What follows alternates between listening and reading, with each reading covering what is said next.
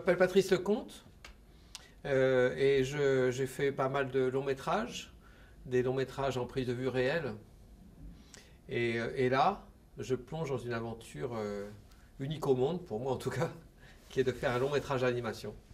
Ce n'est pas un projet, c'est un film, puisqu'on est dessus depuis 1 an et qu'on travaille encore pendant 2 ans là-dessus. Le magasin des suicides, The Suicide Shop.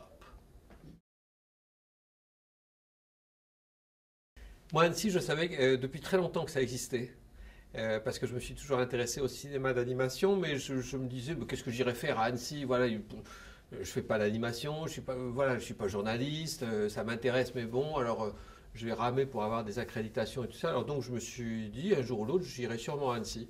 J'avais demandé à être membre du jury court-métrage parce que je trouvais que c'était là qu'il y avait le plus de création, d'effervescence, de foisonnement, d'idées, de liberté, tout un... Et voir 35 films, des courts, des longs, des drôles, des pas drôles, des chiants, des pas chiants, enfin de tout quoi. Des inventifs, des classiques, c'est comme une espèce de sorte de feu d'artifice, si vous voulez, de feu d'artifice de la création. Donc ça laisse pas indifférent. Et j'ai trouvé que il y avait ce à quoi je m'attendais, et ça se confirme là cette année, c'est-à-dire que c'est un festival, c'est un gros festival, c'est vachement bien organisé, il y a des films, il y a des commissions, il y a des trucs, il y a des machins, mais il y a une humeur. À Annecy, il y a une humeur qui n'y a nulle part ailleurs. Et je pense que cette humeur, elle est liée au site, elle est liée au lac, elle est liée à tout ça, sans doute, mais elle est liée à l'animation. Parce que les gens qui font de l'animation, ils font leur boulot vachement sérieusement, mais ils ne se prennent pas tous trop au sérieux, moins au sérieux que dans la discipline des films de prise de vue réelle. C'est le côté un peu tralala, paillettes et compagnie qu'il y a à Cannes, c'est un festival super Cannes, mais il y a un côté, enfin c'est pas du cinéma pour les Mickey, quoi, voilà. Et alors que ici, c'est du cinéma, il y a quelque chose de plus ludique, il y a quelque chose de plus marrant à Annecy. Je ne sais pas comment vous dire pourquoi, comment, mais je pense que c'est lié à la discipline, l'animation. Ce qui m'a fait passer à l'animation, c'est un producteur. Moi, il faut qu'on ait des idées à ma place, j'ai aucune idée, moi. Alors, un producteur m'a dit, voilà, le magasin des suicides, j'ai acheté les droits de ce bouquin, pour en faire un film d'animation. Je connaissais le livre, je savais qu'il était, je trouvais pour mon goût qu'il était inadaptable en prise de vue réelle, mais quand ce producteur m'a proposé de faire ça en animation, j'ai trouvé ça brillant, quoi. Je me suis dit, oh là. Et alors, c'est pour ça que je vous dis, j'ai pas d'idée, il faut qu'on ait des idées à ma place, parce que de moi-même, j'étais pas là dans mon coin à me dire, pourvu qu'un jour je fasse un film d'animation, jamais, j'ai jamais pensé à ça. Mais quand ça m'est tombé dessus, quand ça m'a été proposé plutôt, j'ai trouvé ça épatant, voilà, c'est le mot idéal, c'était épatant.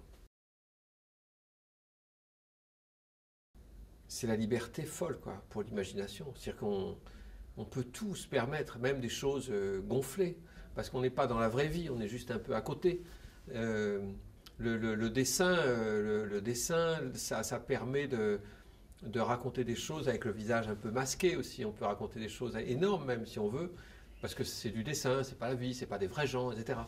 Donc ça permet cette liberté-là, le décalage, mais ça permet aussi et surtout une liberté d'inspiration en ce qui concerne la mise en scène, les ambiances, les trucs, parce que j'avais déjà l'impression d'être assez libre en termes d'imagination en faisant des films dits normaux, mais là, la liberté, ça s'est ouvert, hein. Donc c'est bien. En abordant le magasin des suicides, il y a une ombre qui a plané en permanence au-dessus de notre tête et qui continue à planer, puis qui t'entend se calme et revient à la charge. C'est pas une ombre déplorable d'ailleurs, c'est l'ombre de Tim Burton bien sûr.